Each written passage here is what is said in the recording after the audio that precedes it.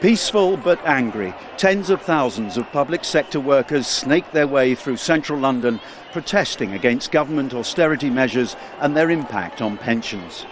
Among them, teachers. Half of all state schools in England and Wales were affected by the one-day strike.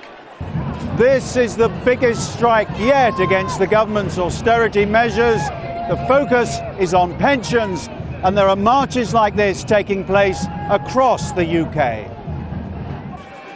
Courts, ports and other government departments were hit by the industrial action, called after negotiations with the government reached a stalemate. The talks may resume, but the strikers claim they're being forced to pay the price for the mistakes of big business and banks. We're not childminders, we're professionals, and children are in the classrooms to learn, and that's what we're paid to do.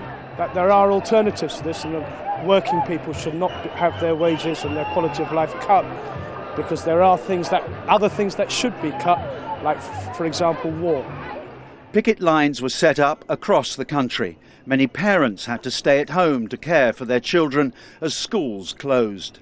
Today, our members are saying people can't negotiate in good faith if the government is actually not listening to anything at all that we're saying, and that's why we're on strike. At one point, scuffles broke out between police and a separate group of mainly young protesters in Whitehall near Downing Street, the Prime Minister's official residence. 30 people were arrested.